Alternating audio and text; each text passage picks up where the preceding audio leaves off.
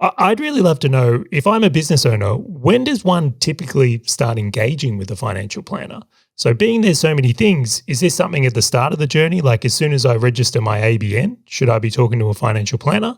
Or is this something where I should be waiting until I'm making a substantial amount of money and then it becomes important to work out what to do? Charlie, great question. Look, typically very early on in the piece. And the reason we say that is as soon as you start on that journey of your business, you need to ensure you've got everything lined up because you'll be required to make that 10% contribution in your super. You need to ensure that retirement planning, what that looks like for yourself. Because when you're working for yourself, you think about yourself last with super contributions. It is important for business owners, as no one else is putting money in their super except for themselves. So you have future planning in place. I'll tell you right now, I don't know a single business owner that's neglected their super at all. I don't think it's ever happened, Ray. I think, they get up and we're like, I'm a super first type of guy. I will write the book on super first. Like profit first? No, super first. Owner's drawings, never PAYG. The strategies. But you're right, guys. Most business owners think of their business as retirement planning. And the issues we see that is, if they're not able to sell the business when they want to, or they may not be worth what they're expecting.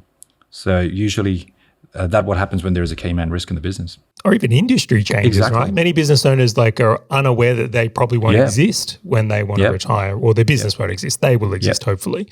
I want to go deeper into that one. We're just talking about the when in the journey. The next thing is as a business owner, and we've often used this example on the podcast, is we know when to engage and how to engage with our accountant. So go, cool, we're going to catch up with them once a year, and then maybe a short meeting throughout the year to make sure things are on track for that big annual meeting, so to speak. When it comes to a financial planner, how often do you frequently speak with your clients, and under what circumstances? Is it at financial year as well, or how do you approach Look, it? there's a variety of trigger events there, Charlie. Look, it could be either bringing on a new employee, looking at the tax strategies along the every 6 months.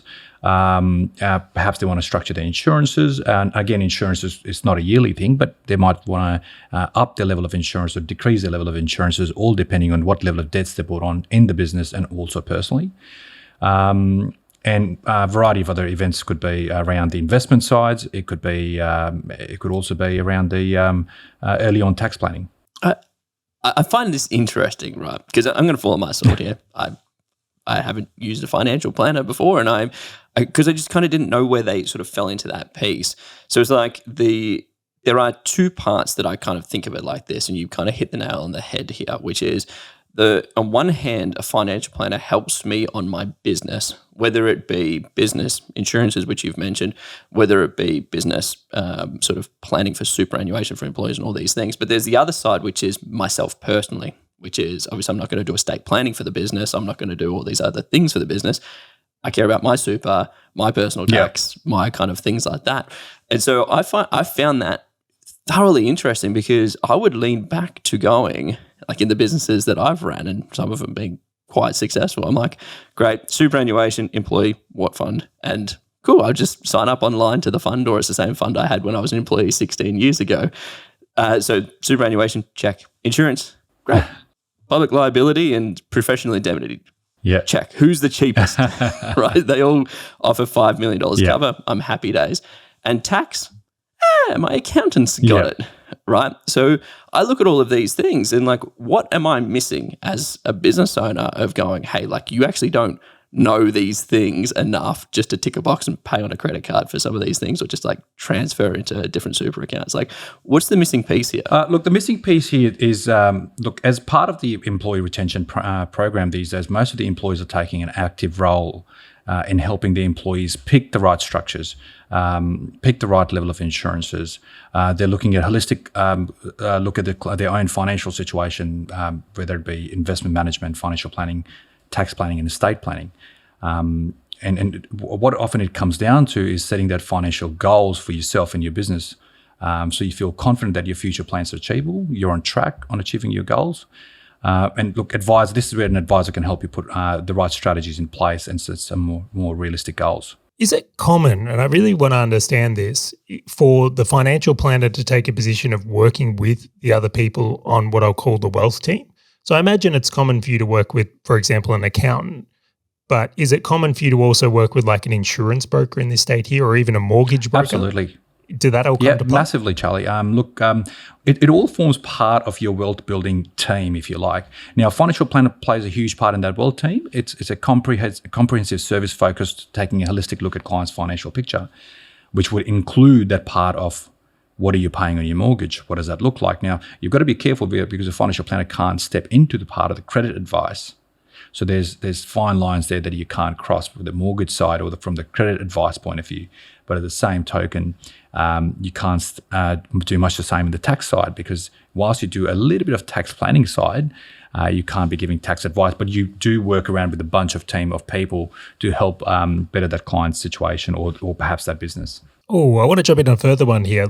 I like a lot about what you're saying there, and the idea that perhaps the mortgage broker, accountant, and yourself in this example, Ray, would be working together to achieve a better result for the business owner. However, I've never had an accountant or a mortgage broker recommend, hey, we need to bring a financial planner in and kind of conduct a team meeting or have a liaising of parts to have that be so. Whose responsibility is it to do that? Is this on the business owner to go and find the financial planner and draw that together? Should the accountant be making that recommendation? And I use that word sparingly because it seems apparently not. But I would suspect if I did a survey of everyone who listens to this podcast, not one of them would have had that circumstance actually happen. So is this on the business owner to stand up and say, hey, this is what I want? No, absolutely not. It's actually the responsibility of the person that you're working with. And I'll give you an example of it, because one of the mortgage brokers we used to work with, he would take an active role in their client's situation, going, Mr. Client, I've given you this large level of debt, but let me also give you an opportunity to how do you protect this debt. So in the event an unforeseen circumstance was to occur, we want to make sure that your family is protected. This is something I have lost sleep over personally. I run a substantial business that my wife, Bianca, would not be able to run if I passed. She couldn't step into this role and, take on what I do on a day-to-day. Second to that, I have a lot of property debt. Like, it's no surprise here that I've mentioned on the show before, but even currently I'm well over $3 million in property debt across the portfolio. And I would hate, the thing that would absolutely be the end, if something was to happen to me and then she walked into that burden, that's practically life-crushing. Absolutely. And look, losing someone personally is hard enough, but having the financial burden on top of that, it just breaks a person. And over my working life, look, I've definitely seen those situations with our customers where they didn't have those right insurance planning in place.